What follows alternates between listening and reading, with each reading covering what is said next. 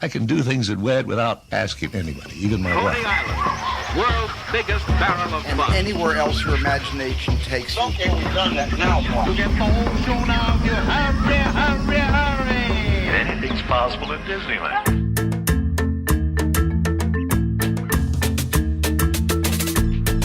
Welcome aboard the Themed Attraction Podcast, where we take you for a ride through the wonderful world of theme park design, that is.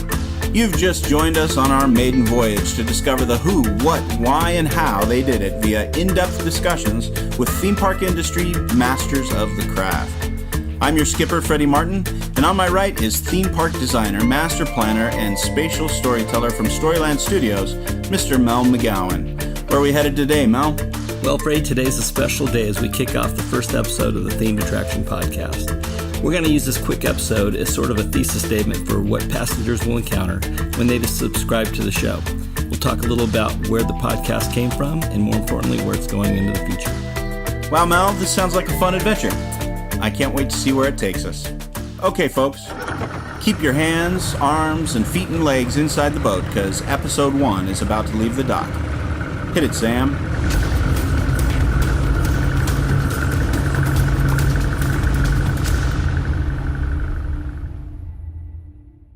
I'm pretty excited about this. How about you, Mel? Totally. It's been a while. Long time coming. I know. This has been a long time coming. It's exciting to start something new, starting to have the first time sitting down to record this podcast. I'm excited to be sitting next to you. I'm excited to learn from you. I'm excited to find out more and more about what this idea of building themed attractions is and to hear from your experience and hear from some of the relationships that you've built over the years. I'm excited. Likewise, I mean, it's been an amazing ride and journey, you know, kind of getting to know you as a client first, then a friend, as a fellow Walt's wise men. We're going to have a whole podcast episode talking about that day that's awesome. In LA, kind of tracing Walt's footsteps. But this is just a fun next adventure together. Yeah. And, you know, speaking of first times, I just want to start with an opening question. Do you remember the first themed attraction that you experienced? I remember it pretty vividly because it literally probably is one of the first two memories that I have, period. I was born actually in Vietnam, so I remember bombs going off, or some of the earliest memories. But literally the very first memory I have outside of Vietnam is flying out the window of the Darling House in Peter Pan's flight. And I remember actually going back to Disneyland when I was an adolescent.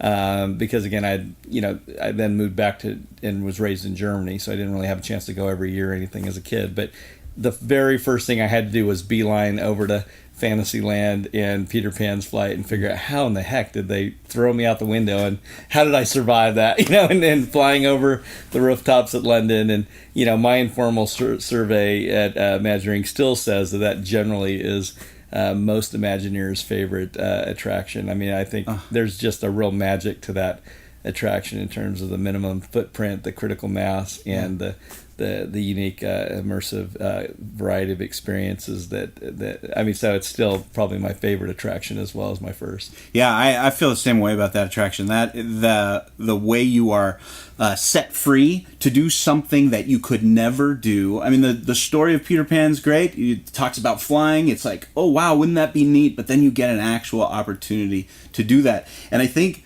we could get into this a long time later, but I mean, the idea of this latest attraction, Pandora, you think about the E.T. ride at Universal, like all rides all want to be a ride where you can fly. And I think that's like a core human desire right. that Peter Pan was allowed you to do it. I was thinking about my first themed attraction experience, and recently my mom showed me some photos of me at Busch Gardens in Van Nuys.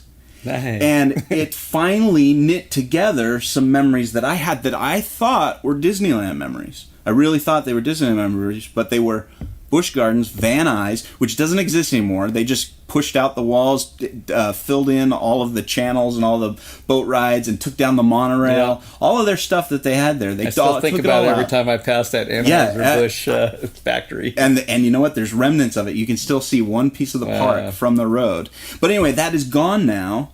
And I saw a picture of me standing by this waterway, and there's this pretty white boat, and I thought it was a Jungle Cruise boat in my childhood memory, but it's really the Busch Gardens boat going by a bunch of waterfalls. So my first, it was this idea of adventure, like climbing onto a boat and going somewhere that you can't ever go. Awesome. And that's what themed attractions really are all about. And so that's how we feel like today, like that first time. How ironic that someday you would grow up and skipper those boats. Yeah, that's right. I think it was the spark that ended up having me drive those boats at Disneyland. So, yeah, it's so true. So what we're in this first episode, we want to tell the story of this show, where it's going, what we hope it'll become, and what to expect to hear from our guests. But first, I want us to introduce ourselves, let people get to know us a little bit, get to know who these cats are who are going to be telling you and sharing with you their background and information about themed attractions, educating our passengers. That's you, listener. We want to give you the best start off with this show. So, Mel, tell me about yourself. What's your story? Where do you come from? And what qualifies you to be here on the Themed Attraction podcast? Well, probably not much. Other than the fact that I've been in the industry for a few decades and have probably incurred some brain damage along the way. I think the real key is that I've met a few people along the way and have a few numbers on my Rolodex, and that's a nice way of dating myself there. Or I could use my daytimer as another dated reference point. But yeah. Again, I think I've got a few friends that we might be able to encourage and bait and bribe to come on the show and share again their stories. And so I think that's my primary qualification. But basically, again, grew up primarily in Europe. My dad finally retired, finally got back out to California. And pretty early on, from the age of like 12 years old, I think, and on, I was in my room drawing theme park master plans and future cities. And first merit badge in Boy Scouts was architecture. I pretty much knew what I was wired to do. I wish I would have had the idea of patenting the idea around a roller coaster tycoon or, whatever these video games. But unfortunately for me, I thought I was the only geek on the planet that would actually sit down and enjoy having 8 hours locked in my room with a piece of trace paper drawing out future cities and theme parks. And again, followed that wiring, ended up going right to work for Disney, actually while still in film school, and finished my undergraduate there. And then eventually, basically, Disney paid for my graduate degree. Had just some amazing mentors and Disney legends over there. Had the opportunity to work on the expansion of the Disney Anaheim properties from kind of that one day original 160-acre magical little park that a daddy built for his daughters, and then really helped transition that into a multi-day urban resort garden district, and not quite at the scale of Florida, but certainly at the scale of the kind of environments that I grew up in Europe, where you have these wonderful, walkable, human-scaled pedestrian destinations, and ultimately the idea of filling out the old parking lot, which I know some of us nostalgically miss, that old 100-acre black asphalt, but the idea of tearing up a parking lot and putting up paradise, and literally in parts of that putting up a national park, in a parking lot. That's a fun little challenge, and even the idea of screening the outside world, including the Disneyland Hotel high-rise towers from that national park setting with the Grand Californian Hotel. And again, that even relates to that first memory of Peter Pan, because I remember, one of the reasons I got to go on that Peter Pan ride as a kid was my dad actually moonlit as a Disneyland employee, cast member, and he would tell me. What did he do? He was actually in security, working with Ron Dominguez, and kind of the old ops team, and I just remember this one story that really stuck with me, that he would talk about trying to clear out some of the attractions at night, including Pirates of the Caribbean, and going through and checking to make sure that there were no kids that had basically jumped out of the boat. And he'd tell me about these kids that would jump out of the boat, try to hide in the Caribbean village, trying to spend the night doing that. and I remember specifically thinking, dude, you should not have told me that, because that is an awesome idea. I can't wait to try that. And again, that kind of got me fixated, almost from the time I got in the door at Disney into the idea of, is there a way to, again, expand about beyond this one day, daytime, whatever visitor experience? Is there a way to let people actually fall asleep, enter REM sleep, wake up, and still be in the immersive reality, still be in the dream, kind of the Westworld idea. Yeah, right. Hopefully not gone south. But just that idea Before it of goes expanding. wrong. Yeah, and so I was really pushing that idea of that in-berm, hotel. We looked at options behind Main Street, kind of that Victorian type beach hotel type thing on the edge of the Rivers of America, where Star Wars Land is going up now.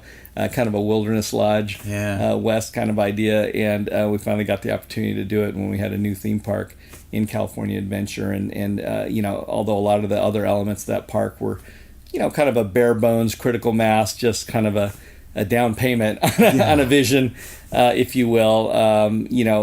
The fact that we were able to pull off, that in-berm immersive hotel with the Grand Californian footprint being in the park, and the wings being like fingers jammed into into the Golden State National Park kind of area, and then to be able to step out of your room and either jump onto a rapids ride or be in the middle of a downtown Disney kind of walkable, urbane, almost a European, Californian urban district. It's really strange. It's amazing that you can step out one door and be in the Sierra, and then you step out another door. And you're one of the most walkable urban kind of contexts in Southern California. That's amazing. And again, so that was just an epic journey, and was able to leave Disney and basically finish up that graduate degree and start another practice with my brothers, and now we're about 75 people with Storyland Studios, and we get to work with kind of an amazing array of companies, causes, clients, literally having the as big of a blast as possible in some of these sandboxes, but in other cases actually changing the world, and including the project that you and I got to collaborate on. That's right. With Poverty Encounter. So we'll talk about all that, but all I can say is it's been a holy roller coaster e-ticket ride, and I just feel like I'm playing in this amazing sandbox, and just feel so blessed to be part of this industry, to be partnered up with the unique blend of projects and companies and causes that we get to serve and collaborate on. And so it's been just an amazing ride. I think thinking about our listeners, whoever's listening, our passengers, as you get to know Mel McGowan over your time listening to this, you're just gonna find a wealth of information and ideas for how ideas become reality. And that's really been exciting to hear about your career, but also kind of follow alongside it. And that's kind of how my story goes. We'll meet somewhere in the middle. I grew up in Orange County, down the street from Knott's Berry Farm and Disneyland, and so did my wife, by the way. Oh, did she really? Yeah.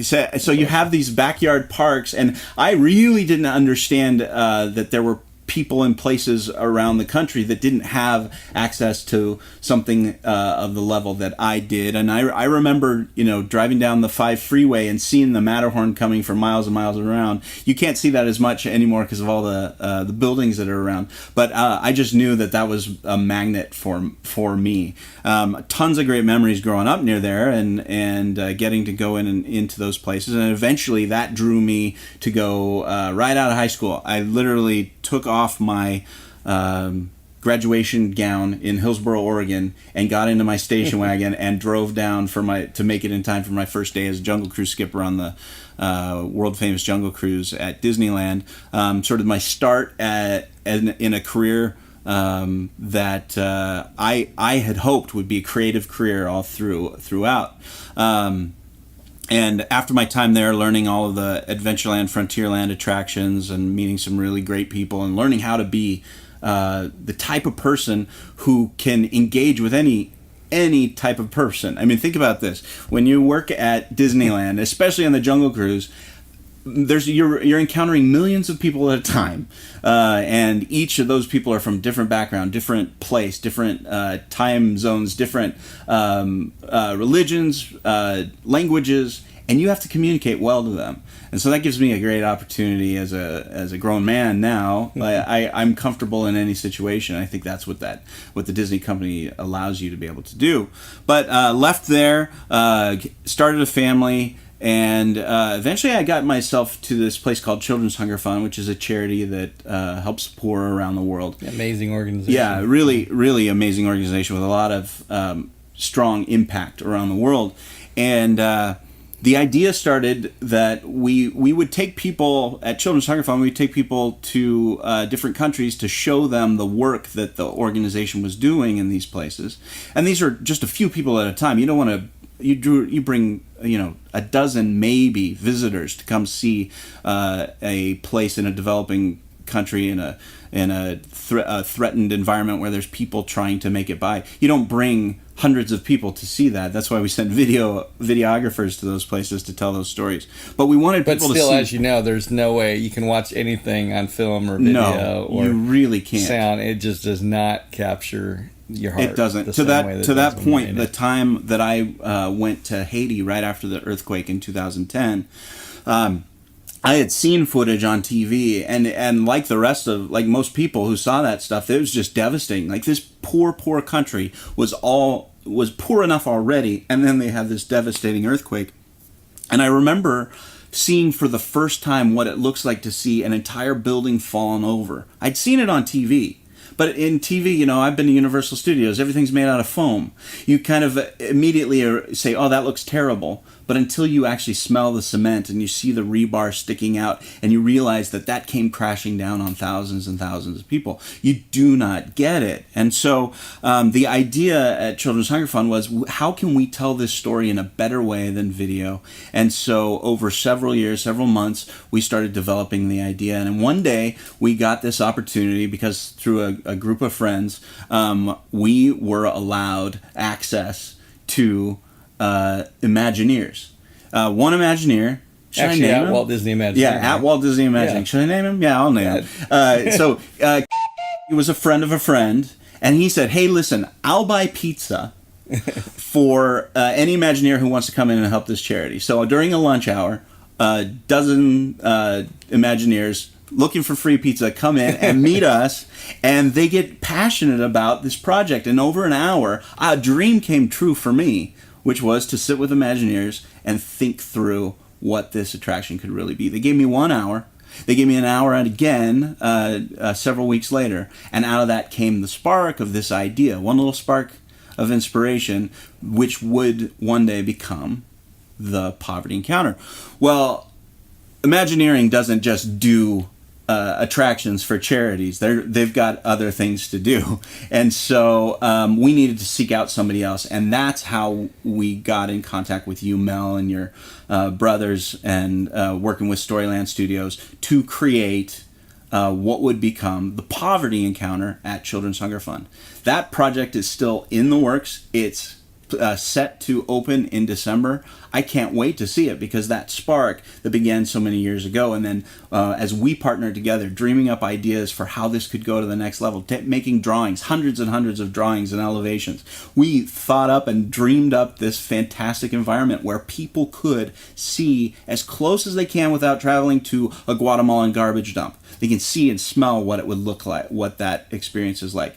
See what it's like to go to a brickyard in Nepal where people are doing backbreaking work to just survive. To see a disaster area like Haiti right after it's happened. I mean, it's a fascinating thing, and I can't wait for people to go through that. But that's how you and I got connected. And I mean, again, that whole journey from blue sky to building. Yeah. And really, again, to focus on these 4 stories of 4 children, and in these 4 corners of the world, and really walking out of that through this, again, the skills that we've developed at Imagineering of spatial storytelling, and really leveraging the power of these individual stories, not only to kind of, capture our heart, but to actually transform, know, our whole worldview and our perspective and relationship. And then actually one of the things that we'll have to dig into this. But what I love is that you actually have an opportunity not to just walk out and feel bad for these little kids, but to actually then roll up your sleeves and do something about it. To Yeah, actually that's right. package up food, send it out, ship it out around the, so you're left with this opportunity literally to change the world in some small way. But the bigger seed of transformation is really in your mind, your heart, your spirit. And I think that's what is so fascinating about the themed attractions that we love. Like wherever we go, and whether it's Europe or Asia to the California, Florida, when we go and see these amazing environments that men who know and plan, and at least that's the old Monsanto song. There's these creative people, men and women, who have created these amazing places that are there not just to entertain you, but to transform you, and that's super exciting to be involved with that. And since then, I started writing and had the blessing and opportunity to come work with Storyland Studios to try and tell the story as well. So I'm excited to be on board with this. This is a thrill. This is a real thrill for me. So let's talk about this podcast. That's enough about us. Enough about me. Let's talk about what this podcast is going to be about. So Mel, where did the idea come from, and what are some of the things about this thing that's going to make it so real for people who are tuned in to listen?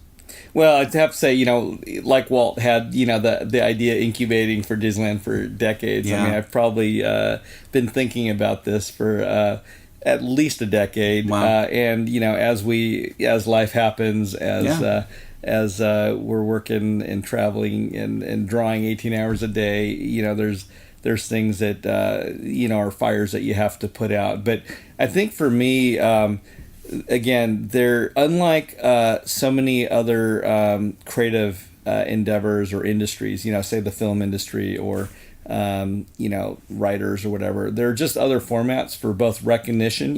Oscar awards or Academy Awards, Grammys, whatever. I've always felt that in the spatial storytelling themed entertainment industry, it is kind of there's definitely a lot of unsung heroes. I mean, there's some amazingly creative, talented folks. Every bit, if not more, hard work. In terms of per hour of if you compare it to like a film of screen time, the idea of translating those stories into 3 dimensions can actually take much more hours, per square foot or per, a second of visitor or audience experience. And they're really, other than our internal industry, it's almost like we have to pat ourselves on the back with our Themed Entertainment Association. That's right. Theo Awards, because the rest of the world just doesn't even know we exist. That's right. And there is a little bit of a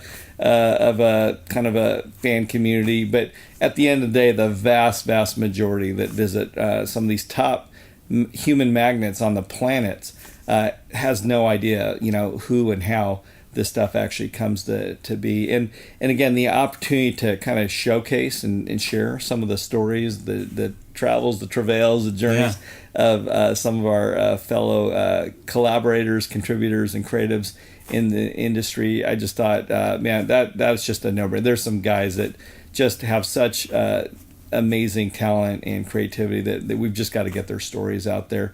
And again, there's other sites, there's other blogs, there's other podcasts that are, whether it's, I don't know, the fan thing or the trip reviews or rumors and news. I just thought that there's space to really do deeper dives in terms of some of the almost theme parkology, behind how does this stuff happen, and what's kind of the meaning of all this, whether it's history, whether it's theory, almost the cultural anthropology, kind of the thinking man's guide to some of this stuff, rather than again chasing the latest rumors or wouldn't it be fun if we did this or that. So you've talked to me about before how there was this amazing synergy that happened at WED early on when Walt first empowered his guys to start making things in 3 dimensions, where they're going to now create environments, not just animation, and that there's a variety of disciplines that had to be developed, and those disciplines are still in play today with all of the professionals, all the experts who are creating these themed attractions around the world. Talk a little bit about how we're going to tie in those disciplines to each episode as we go. It's funny that you mentioned. I just literally had lunch yesterday at Disneyland with a friend, and he had his 11-year-old daughter, and she just asked me a simple question that I think a lot of people ask the same question, and she basically was asking, when you create theme parks, or specifically about my role and my job, and basically asking, are you the architect or are you the guy that comes up with the ideas? So people have this real simple idea that there's this creative side, this kind of, and then someone that actually just engineers that. So it's almost like there's two people holding two pencils. Or something, that's right. And one's the left brain, one's the right brain, and it's this overly simplified perspective. And part of that is even in the name Imagineer, right? Like there's the Imagine guy, and then there's the engineer guy. Yeah, so true. The reality is, and I always love to point out the fact that at Walt Disney Imagineering, we had 140 different disciplines represented. Architecture was only one of those 140. And again, I think that's the beauty of even the roots of WED and Imagineering.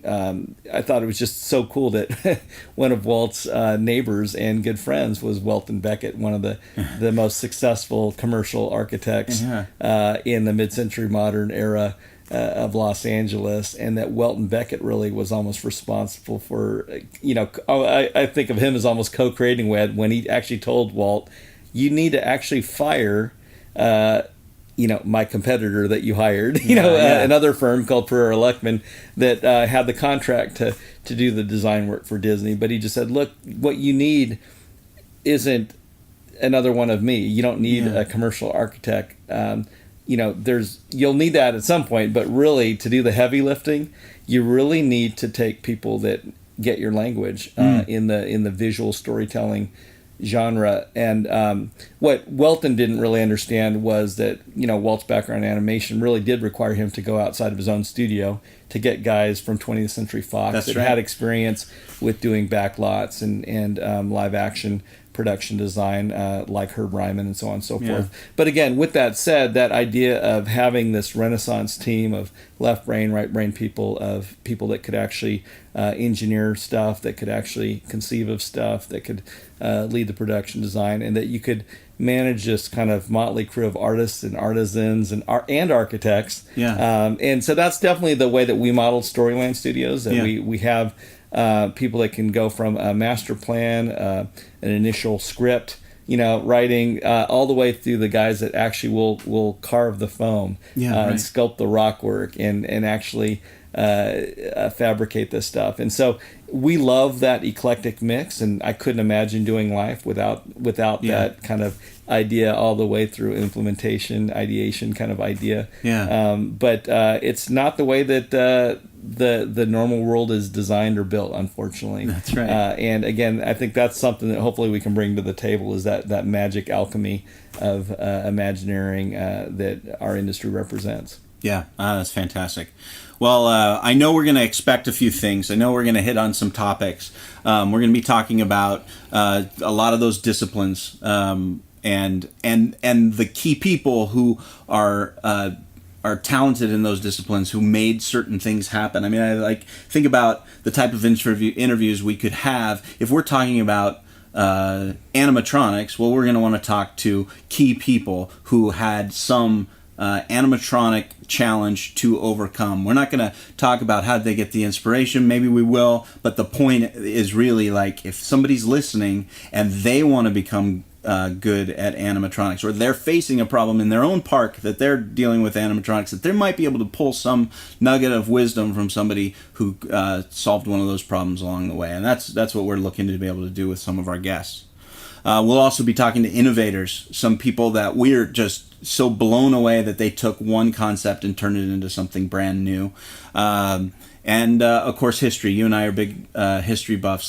Let's dig deep into some of the key players, whether it's the Universal parks, the Cedar Fair parks, the Disney parks, a variety of these places that have done some amazing things, and then the people who are doing it into the future. Really excited about those opportunities. Yeah, and I can't wait too, because again, so much of the news and buzz today is about what the big corporate parks, i.e. Disney or Universal, are up to, and long forgotten is the amazing story of kind of the rise of the regional theme park industry, in America and beyond, and some of the unique backstory of some of these great, regional parks that have almost forgotten that they were once theme parks. I'm thinking of some of the Cedar Fair parks like a Kings Island that actually had some original Disney designers and some pretty elaborate schemes at the outset that have kind of at some level been lost in time, and some stories that have never really gotten out there or just don't exist in print today. So it'll be fun to uncover some of that